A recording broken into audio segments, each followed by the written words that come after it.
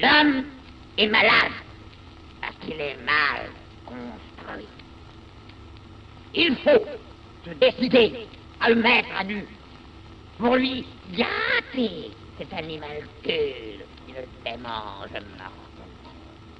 Dieu, et avec Dieu, ses organes, oui, ses organes, tous ses organes, car, suivez-moi si vous le voulez, il n'y a rien de plus inutile que organe. Fala galera, tudo bom? Você está escutando agora ao vivo, né? Ao vivo, você tá vivo, o Para Acabar com o Juízo, episódio 90. Porra, parabéns, cara. Nasci na década de 90. Nasci em 90 aí, ó. Episódio do meu ano de nascimento aí.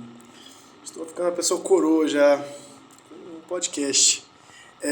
Mas não é sobre mim isso aqui, né? É sobre o Deleuze e Guattari e uma tese importantíssima para os dias de hoje sobre psicanálise, marxismo, esquizoanálise e um combate constante às forças fascistas, que né, é um negócio escrito em 72, e aí não é só a minha pessoa que tem relação aí, né, com os anos e com os aniversários, mas, pô, 72 é a publicação do Antiédipo.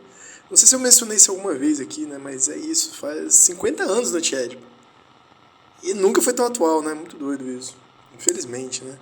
Um forte abraço aí pro Antiédipo, feliz aniversário pro Antiédipo. Outro dia a gente vê a data de publicação certinha assim, né, de e-mails, e a gente dá um parabéns legal. Já passou provavelmente, né, 14 de outubro. Eu não vou achar isso agora, né, se eu parar pra procurar aqui no Google vai dar ruim. Então é isso, vamos lá. Cara, estamos quase acabando o segundo capítulo, assim, eu tô bem contente com isso. Então aproxegue-se aí, né, no nosso grupo de estudos imaginário. Fecha os olhinhos, se você quiser ler pode também, né? Se você quiser só escutar, fecha os olhinhos e imagina que você pega uma cadeira e se aproxima de um bando de gente desconhecida, esquisita, pra gente ler junto, né? Que é isso que a gente faz em momentos separados, em espaços e tempos muito diversos.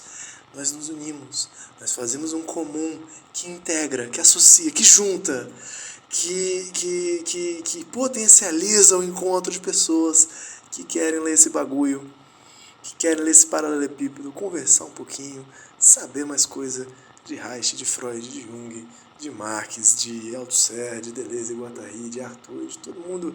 É um livro muito povoado, né, cara? É um livro que você abre assim e vai saindo personagem, assim. Eu sempre me afinizei mais com... Sempre não, né? Quando eu comecei a ler, assim, foi lá pelos 17 anos, né? Quando eu tava fazendo pré-vestibular. Eu falei, caraca, eu consigo ler, que legal. E aí eu lia, né? Lia pra caralho, assim, livro de história de biologia. E aí eu tive uma afinidade muito grande pela coisa de ler, escrita acadêmica. E eu fico meio triste com isso, que eu fico vendo os personagens. E eu ainda encontrei os malucos, né, o Deleuze e o Guattari, que tem uma pegada muito literária, né, na escrita. Então, às vezes eu me furto de ler coisas boas pra ficar lendo essas coisas aqui. Mas enfim, esse negócio não é sobre mim, né. Último adendo, antes da gente começar, que a gente tá terminando o capítulo 2, eu tô muito disperso, porque é pós-treino, né. Olha, a gente tá na página 180 e a gente vai até... Caralho, talvez a gente termine o segundo capítulo hoje. Será que vai ser especial o término do segundo capítulo? Eu, como bom obsessivo, acho que, tipo assim, episódio 90, terminar o segundo capítulo, porra, 2 números par lindo aí, né, bicho? Eu ficaria muito feliz. Mas eu tô agitado no pós-treino e o pós-treino vai com a dedicatória especial, né, salgado aí, me treinando no box. Hoje o treino foi muito especial, foi só com trilha sonora do Zeca Pagodinho, cara. Então foi muito incrível, Zeca Pagodinho. Pagodinho aí, um aquariano, dia 4 de fevereiro, né? Eu sou aquariano também, suspeito para dizer. Eu queria mandar um beijo, um abraço apertado a todos os aquarianos, aquarianes, aquarianas envolvidas na escuta desse programa, né? Então, um forte abraço, um beijo apertado e vamos nessa. Eu vou começar a ler esse negócio aqui, senão eu vou ficar gastando 3 minutos e eu falei total de 0 porras. Calma aí. Não, calma. Alarme. Que horas são agora? 8h20, minha vida tá meio desordenada, é por isso que eu tô gravando esse podcast trelelezado sexta-feira à noite, mas eu juro pra mim mesmo que em dezembro vai segurar essa parada. E mais, eu acho que eu vou tirar um pequeno recesso do podcast por conta dessa virada de capítulo, né? Merece uma pequenas férias, né? Pra me recompor da emoção que foi esse capítulo tão psicanalítico. Então vamos lá, vamos tentar, hein? A meta é essa, mas não garanto nada não. nada garante, minha gente. Então, na 180 a gente estava, deixa eu ver, cara, numa sessão muito boa, muito bonita, literaturas e interrupções do processo, neurose, psicose e perversão. Eles estavam falando primeiro da arte plástica, né, da pintura com o Peter Turner, eles estão trocando ideias sobre o 2.9, a súmula, né, e as indicações sobre o que é o processo para eles no segundo capítulo, lembrando que também tem uma sessão bem perto disso, né, do processo no primeiro capítulo, né, a temática que vai voltando, assim. No primeiro capítulo, cara, qual que é? O Todos as Partes, não é isso. O bom é que é muito ao vivo mesmo, né? Você sente o teor de alvivice desse programa, porque eu fico procurando mesmo, preparo bulufas. Então, dentro do 1.1, né, a produção desejante, o 1.1.2 é natureza e indústria, o processo, né? Então é isso, eles retomam no capítulo 2, no 2.9. E aí, primeiro é partir sobre esse movimento das linhas de fuga, do processo esquizo. Depois eles vão tentando dizer nas artes, né? Então, primeiro 2.9.2 na pintura, com Peter Turner, e 2.9.3, literaturas e interrupções do processo, neurose, psicose e perversão. Ele falou de um bando de gente cancelada aí, mas que eles passam pano e a gente tem que ver com carinho também o que eles conseguiram fazer, né? E aí a gente chega na 180, na continuação desse trabalho. Só para lembrar que a última frase do programa anterior e da leitura anterior foi: porque a literatura é exatamente como esquizofrenia, um processo e não uma meta, uma produção e não uma expressão. Então, de parabéns, essa frase eu tatuaria no trabalho, não na minha pele. Assim. Tatuagens também podem ser no papel, né, gente? Não precisa forçar tanta base. Mas é muito boa essa frase. Bora lá! Paragrafinho. Também neste caso, a edipenização é ainda um dos fatores mais importantes na redução da literatura a um objeto de consumo em conformidade com a ordem estabelecida e objeto incapaz de fazer mal a quem quer que seja. Então, essa é a graça dos caras. Por isso que eu abdiquei da literatura, porque os caras ficam fazendo essa sacanagem, né? Uma má literatura é um objeto incapaz de fazer mal a quem quer que seja, né? Tem esse teor de crueldade, de maldade. Então até a literatura, sim, ela pode ser edipenizada. Puta que pariu, que tristeza. Que tristeza, hein?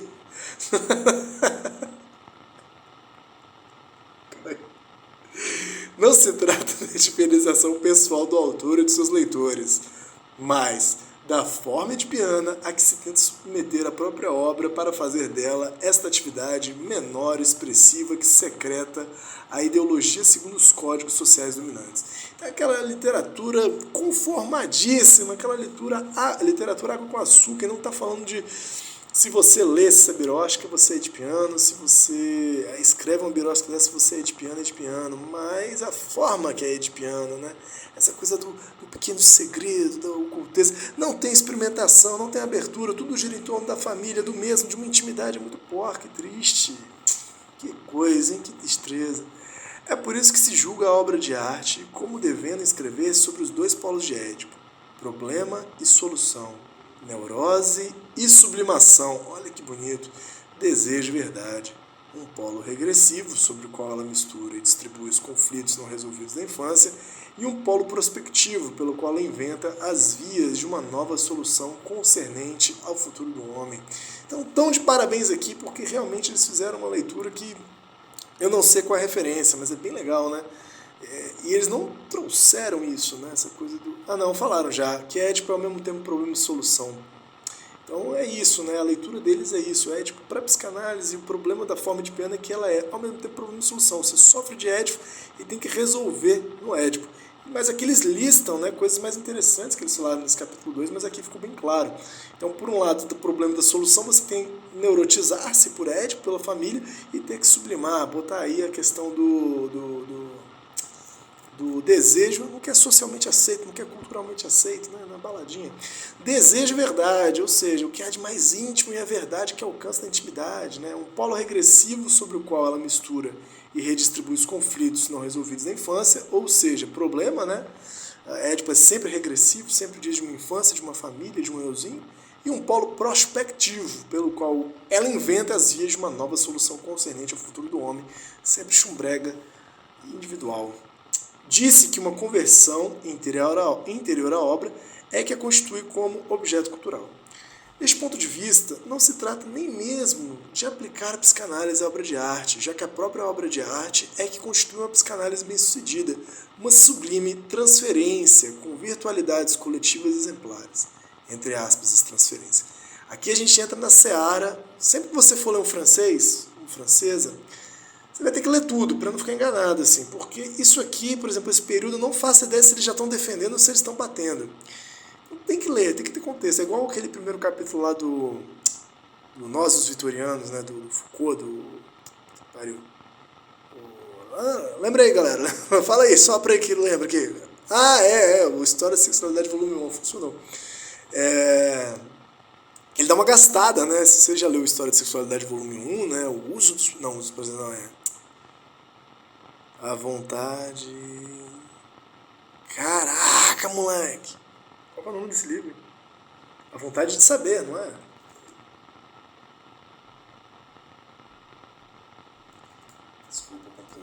Desculpa o público, galera. Precisei olhar aqui, velho. Não me aguento. Essa aqui é a questão. Comichão, A Vontade de Saber. É isso mesmo, pior que estava certo. Que ele faz um capítulo inteiro, o primeiro capítulo inteiro, dizendo uma tese, assim, sabe? Como se a sociedade fosse extremamente sexualmente reprimida e que esse fosse o problema, e não chega no final do capítulo, do primeiro capítulo, seria isso, se não fosse nada disso. É bem uma frase Foucaultiana, né? Seria isso se não fosse nada disso. Isso permeia o estilo Foucaultiano e o estilo francês. Várias coisas do tipo, olha, eu poderia muito bem estar de acordo com vocês, mas eu odeio todo mundo. Eu odeio todos vocês. Que é uma coisa muito política sempre, né? Eles não iam com a cara de um ou outro. Então eles vão, eles se penetram, eles se beijam, se lambem para chegar lá no final e cuspir no prato que comeu numa forma não legal, numa forma porque tem umas cuspidelas que são boas, mas chega no jeito meio hostilizante, excludente. Assim. Então vamos ver aqui de novo. Do ponto de vista, não se trata nem mesmo de aplicar a psicanálise à obra de arte, já que a própria obra de arte é que constitui uma psicanálise bem-sucedida, uma sublime, entre aspas, transferência com virtualidades coletivas exemplares. Como é desse ponto de vista, estou entendendo que é lá atrás, né? Então eles estão falando de uma maneira edipiana ainda. Ressoa a hipócrita, não, com certeza, agora estão contra. Metendo hipócrita é porque estão contra. Ressoa a hipócrita advertência. Um pouco de neurose é bom para a obra de arte. É uma boa matéria, mas não a psicose. Sobretudo não a psicose. E assim se distingue o aspecto neurótico, eventualmente criador, dos aspectos psicóticos, alienante e destruidor. Hipocrisia, hein? Que destreza, hein, galera? Que destreza. Eu vou gastar isso, agora que eu lembrei desse meme, eu vou gastar ele até o final do episódio. Como se as grandes vozes que souberam operar uma abertura da gramática e da sintaxe e fazer de toda a linguagem um desejo não falassem do fundo da psicose e não nos mostrassem um ponto de fuga revolucionário eminentemente psicótico. Toma, viado! Toma! Nossa Senhora! É isso, vou até reler. Gente, todo mundo que falou... E depois o Lacan não vai abrir mão disso também, né? O Lacan, será que o Lacan leu antiético? Pô, falar um pouquinho de Joyce, falar de Sintoma, falar de Ulisses de Joyce? Porque olha só, como se as grandes vozes que souberam operar uma abertura da gramática e da sintaxe, escancarar, arreganhar, passar por aí, construir linhas de fuga nas regras gramaticais e na sintaxe, e fazer de toda a linguagem um desejo. Caraca, isso aqui é muito bonito, né? Fazer de toda a linguagem um desejo, que delícia. Não falassem do fundo da psicose, do processo primário, da doideira, da associação livre, do processo de puro deslocamento, condensação, conexão, corte, fluxo, intensidades. E não nos mostrassem um ponto de fuga revolucionário eminentemente psicótico. E aqui começa um negócio que ficou muito polêmico, né, nos caras, que o revolucionário psicótico e o artista estão ali lado a lado, né? E a máquina analítica, se tudo der certo, a máquina analítica esquizoanalítica vai misturar o revolucionário psicótico e o artista. Isso aqui até hoje ninguém entendeu.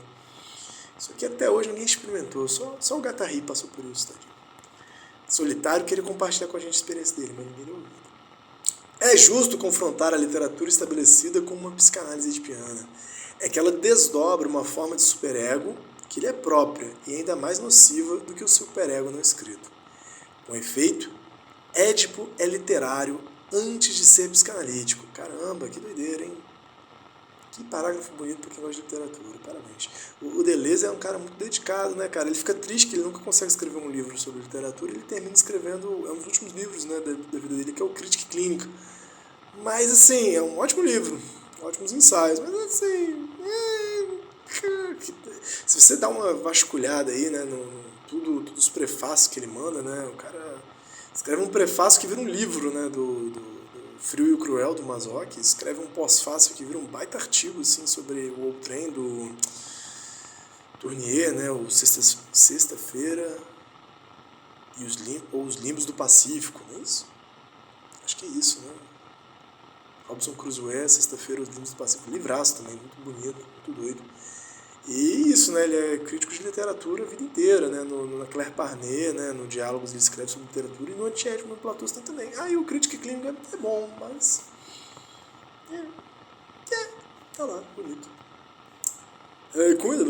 Haverá sempre um Breton contra Arthur, um Goethe contra Lenz, um Schiller contra Hölderlin, para superagonizar a literatura e nos dizer, atenção, não vá muito longe. Aqui a gente abre um parênteses aqui, né, que ele está falando primeiro, né, do Breton e do Arthur são os surrealistas, né, só que o Breton é um surrealista mais neurótico, tipo Dali, assim, né, e o Arthur, porra, é o Arthur, né, cara. E aqui eles, é isso, né, velho, isso aqui é os pontos deleuziano e guattariano que eles vão só nos machos mesmo, né. Tem uma mulherada também no surrealismo, né? Tem Remédios, tem uma galera assim... Mas aqui eles estão falando de literatura, né? Mas é isso, eles vão ficar sempre nesses exemplos meio de cueca, assim, né? Engraçado. Mas tem o Breton contra o Arthur, no surrealismo, um Goethe contra o Lenz, aí o Goethe, né? O cara dentro do romantismo, o Goethe muito mais neurótico, um naturalista, muito do bem, muito legal, né? Famoso aí pelo Werther, pelo Fausto. E o Lenz que eu não conheço, mas deve ser doido, né? E o Schiller contra o Hölderlin, que o Hölderlin eu sei que todo mundo paga pau. Nunca li, não leio alemão não, gente, mas é isso. Botou lado a lado, só para contextualizar, sem muita explicação. Um neurótico e um psicótico da literatura. Se vocês quiserem ler os psicóticos da literatura, vai lá no Arthur, no Lenz e no Hölderlin.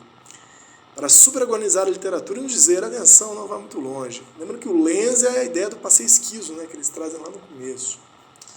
Nada de falta de tato, entre aspas. Werther sim, Lenz não. Aí, ó, vê até o Werther aí do jovem Werther, chatão. Nota de tradutor aí, obrigado, Orlando.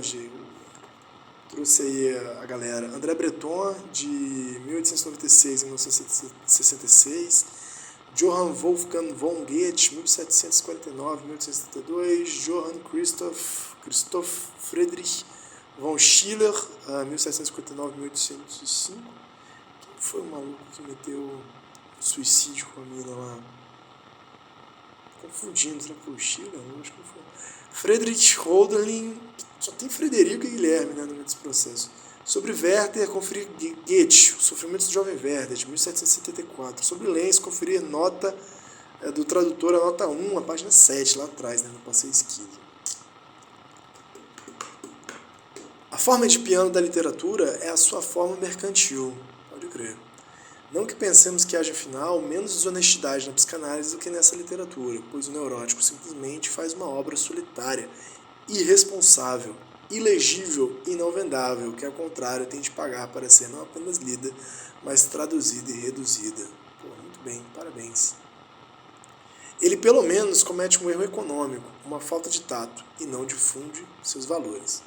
Como bem dizia Arthur, toda escrita é porcaria, ou seja, toda literatura que se toma como um fim, que fixa fins para si, em vez de ser um processo que escave a caca do ser e da linguagem, entre aspas, fecha aspas, que carreie débeis afásicos e iletrados. Isso aqui é muito bonito, né, cara? Por minhas divagações aqui, 2 motivos, né? Primeiro, porque tem uma coisa muito bonita nessa história, essa sacada do Deleuze e do Guattari, assim, né, dessa aproximação da arte, da literatura com a vida, né, e com a clínica também. Que o neurótico, seja ele um autor de novelas, de romance, seja aquele que senta no divã, deita no divã, que participa de uma análise, seja aquele que vota no Bolsonaro, ele produz essa dimensão de uma certa narrativa para si mesmo, né? Então, as máquinas desejantes são também, não são abstratas no sentido vazias, no sentido descoladas da realidade, separadas. Elas estão dentro da realidade, do real social, mas elas são ficcionais também. É isso, é de uma ficcionalidade materialista que eles estão falando o tempo todo. E como a gente sofre de ficção, como bem o Freud já colocava desde o começo, e essa é a genialidade do Freud, a gente sofre de memória, a gente sofre de ficção, a gente sofre de novela na nossa cabeça, mano.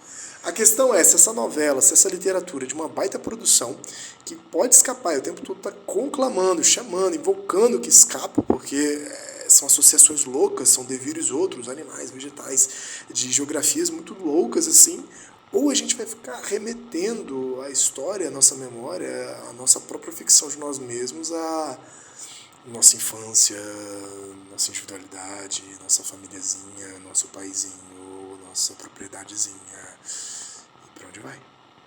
Você vai ficar girando, né? Girando. Aí fudeu. Ou não fudeu, né? Pior, não fode. Esse que é o pior. Só se fode. E o segundo ponto é essa beleza aqui, né? Que é um comentário do Arthur, que aí eles fazem um procedimento mais Deleuze gatarriniano, eu diria mais deleuziano até do que gatarriniano, que é essa coisa assim, de explicar o que alguém está querendo dizer, que eu acho incrível. A citação do Arthur é ótima, mas eu adoro isso aqui. Ó. Como bem dizer Arthur, toda escrita é porcaria. Aí travessão, ou seja, tipo assim, olha, isso aqui que é óbvio, é claro que é óbvio do jeito que a gente pensa que é óbvio, né? Ou seja, toda literatura que se toma como um fim, que fixa fins para si, em vez de ser um processo que, entre aspas, escave a caca do ser e da sua linguagem, fecha aspas, que carreie débeis, afásicos e iletrados. É muito engraçado, né? A frase do Arthur é muito foda, né? A citação e tal. Mas ao mesmo tempo é isso, é uma tentativa de passar pano para uns negócios que às vezes o cara tava só doidão mesmo, metendo puta, toda literatura é porcaria, tudo escrito é porcaria, assim, sacou? Esse cara também não permite a galera falar merda, assim, né? Então, no fundo, Deleuze e Guattari são um pouco românticos, assim, né? Eu acho mais o Deleuze e Guattari, mas caralho, esse parágrafo é lindo, mas ele não termina. Dispensa-nos pelo menos da sublimação. Dispense-nos pelo menos da sublimação. Todo escritor é um vendido. A única literatura é aquela que faz o seu embrulho uma armadilha, fabricando uma falsa moeda, explodindo o superego de sua forma de expressão e o valor mercantil de sua forma de conteúdo. Muito que bonito, hein, gente? Então, tipo assim, isso é uma literatura de processo. Né? Escreva, mas escreva com um processo, não com uma finalidade, não com uma meta, né? Lições de moral.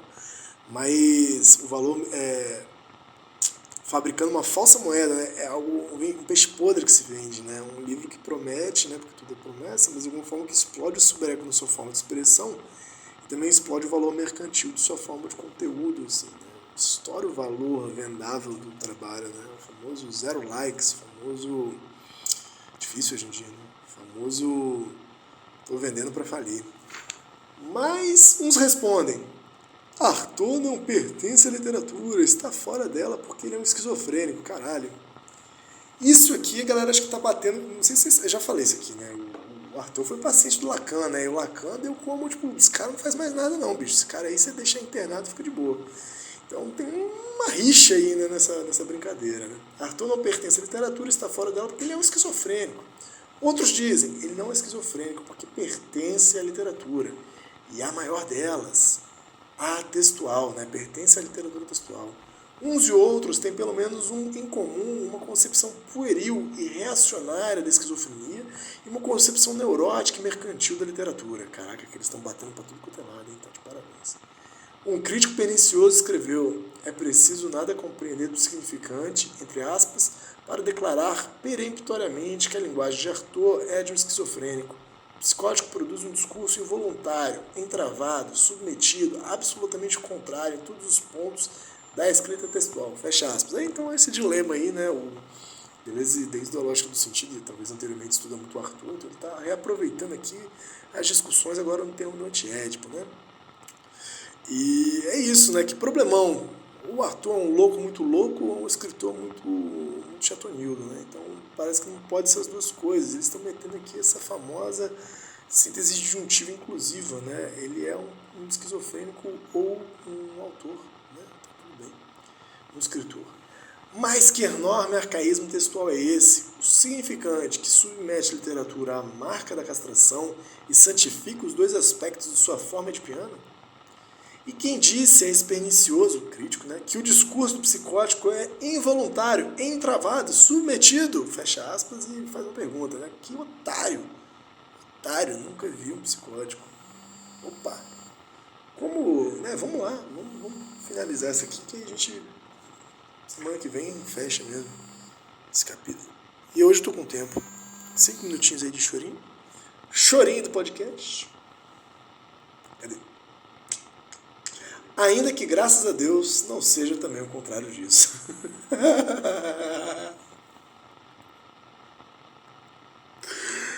Caralho, os caras são muito gastão, velho. Tipo assim, e quem disse esse pernicioso que o discurso psicótico é involuntário, entrevado, submetido? Pergunta, assim, boladões, né? Ainda que, graças a Deus, não seja também o contrário disso, né? Também não um discurso transparente, fluido, super voluntarioso, né? Super insubmisso, né? Coisa boa, coisa linda. Ai, que é? Deus me livre, mas quem me dera. Mas até essas oposições são singularmente pouco pertinentes. Parabéns. Escolham os problemas direito, né, gente? Vamos sair dos falsos problemas, né, galera? Vamos partir, fazer uma palestra de coach identificando falsos problemas, sabe? Aí quem tá na palestra já tá premiadíssimo, assim, com a primeira questão, assim, por que você veio, né, filha da puta? Arthur é o despedaçamento da psiquiatria, precisamente porque ele é um esquizofrênico e não porque ele não é. Arthur é a efetuação da literatura, precisamente porque ele é esquizofrênico e não porque não é. Há muito tempo ele arrebentou o muro do significante. Arthur, o esquizo. Parabéns, hein? Ele é o modelo, né, da doideira. Depois tem mais um texto, né, só pro Arthur, que é o Como Construir para Si um Corpo Sem Órgãos, né, radiofonia de 1900 e... radiotransmissão de 45, né? Do fundo do seu sofrimento e da sua glória, ele tem o direito de denunciar o que a sociedade faz do psicótico envolvido com a descodificação dos fluxos de desejo. Entre parênteses, Van Gogh, o suicidado da sociedade. Pô, tinha uma banda de hardcore que tinha uma música chamada... é bem cafona, tá? A Antonin Artaud, ou A Quebra da Lógica Capitalística aos Berros, né? Um nome sucinto, assim, muito tranquilo, já tem uma tese no título. E era sobre esse texto, cara, do Van Gogh, o Suicidado da Sociedade. Vou pegar o texto aqui, não da letra da música, mas do Suicidado da Sociedade, que é lindo esse texto. E também o que ele faz na literatura, quando a opõe à psicose em nome de uma recodificação neurótica ou perversa. Lewis Carroll, ou O Medroso das Letras. Nota do tradutor, Vincent Van Gogh, 1853 a 1890, morreu jovem Van Gogh, né? Que pena. Lewis Carroll, por sinal, jogaram molho de tomate no quadro lá dos girassóis. Eu tenho o quadro dos girassóis tatuado no braço. Eu me senti pessoalmente ofendido. Eu, como pessoa que, no final da década de 2000, né?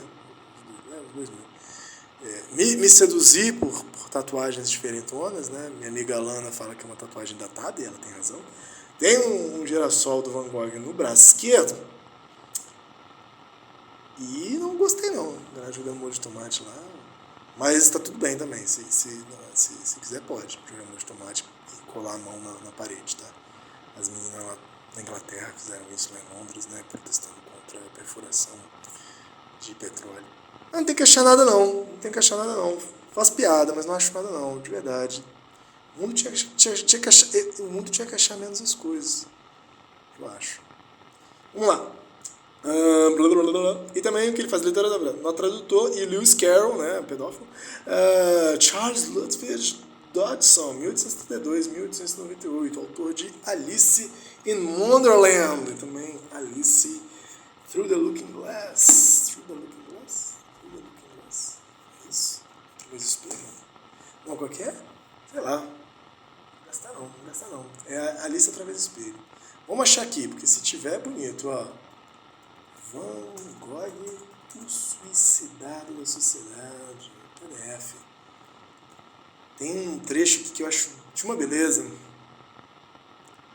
de uma boniteza. Vamos ver se achamos aqui.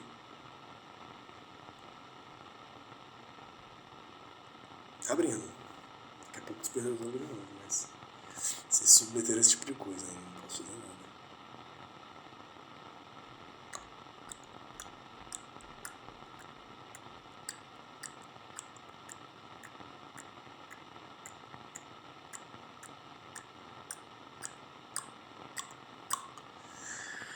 Introdução. Ela é um poema, né, cara? É uma rádio transmissão, pós-escrito. Ó, tocou de novo despertador. Tem muito chorinho hoje. Porque eu ouvi Zeca Pagodinho todo bom humor, né, cara? O Suicidado pela Sociedade. Tinha uma coisa aqui que eu gostava muito desse trecho.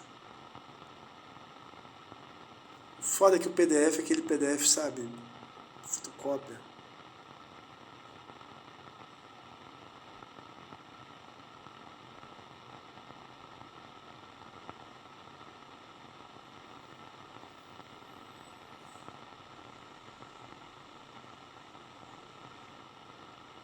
Deixa eu ler um trecho aqui, ó.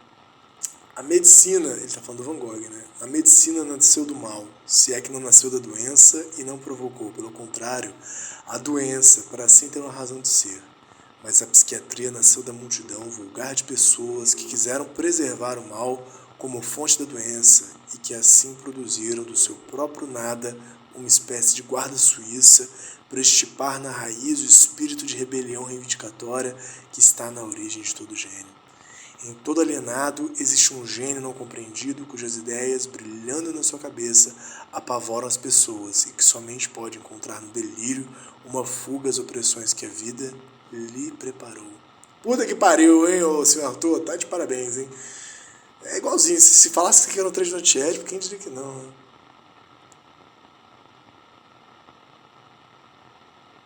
Tinha um trecho específico aqui. Se eu achar, não achei. E aí ficou isso aí, expectativa, né? Muito gostoso manter.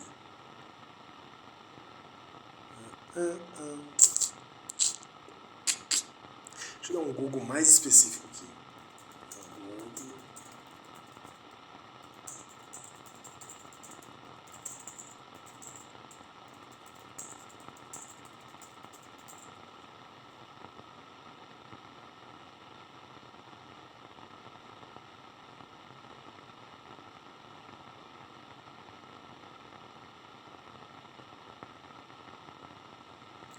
Mais um trecho.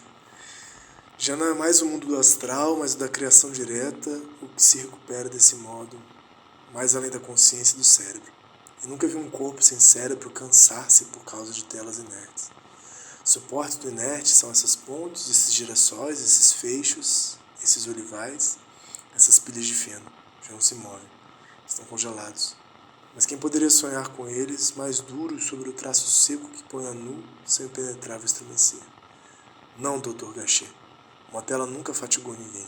São as forças de um louco em repouso, não transtornado. Eu também estou como o pobre Van Gogh. Deixei de pensar, mas dirijo, cada dia mais perto, formidáveis ebulições internas e gostaria de ver algum médico vir reprovar o meu cansaço. Bonito, né?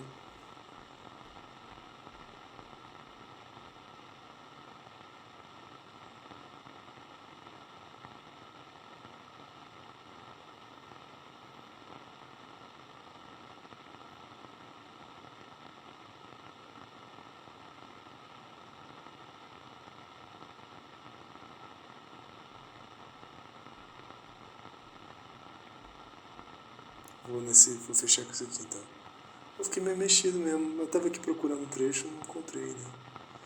Mas vamos lá. Em outros momentos, impressiona como um simples amontoado esmagado por um enorme sol.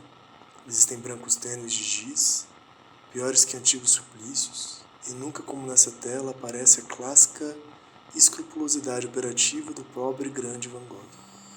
Opa. Porque tudo isso é definitivamente Van Gogh. A escrupulosidade única do toque, surda e pateticamente aplicada. A cor plebeia das coisas, mas tão justa, tão amorosamente justa, que não existe pedra preciosa que iguale a sua rareza. Porque Van Gogh foi o mais autenticamente pintor entre todos os pintores. O único que não quis rebaixar a pintura como meio estrito de sua obra, e como marco estrito de seus meios. E por outro lado, o único, absolutamente o único que rebaixou absolutamente a pintura, o ato inerte de representar a natureza para fazer surgir, desta representação exclusiva da natureza, uma força giratória, um elemento arrancado diretamente do coração. Fez sobre a representação brotar um aspecto, e nela encerrar um nervo que é de uma natureza e um aspecto mais verdadeiro que o aspecto e o nervo da natureza verdadeira. Na hora que escrevo essas linhas, vejo o rosto vermelho e ensanguentado do pintor aproximar-se de mim, numa muralha de girassóis arrebentados, numa formidável combustão de fogares de jacinto opaco e de ervas de lápis lazuli. Tudo isso em meio a um bombardeio meteórico de átomos, onde cada grão se destaca. Prova que Van Gogh concebeu suas telas como pintor, e unicamente como pintor, mas que seria por essa mesma razão um formidável músico. Muito bonito. É isso, galera.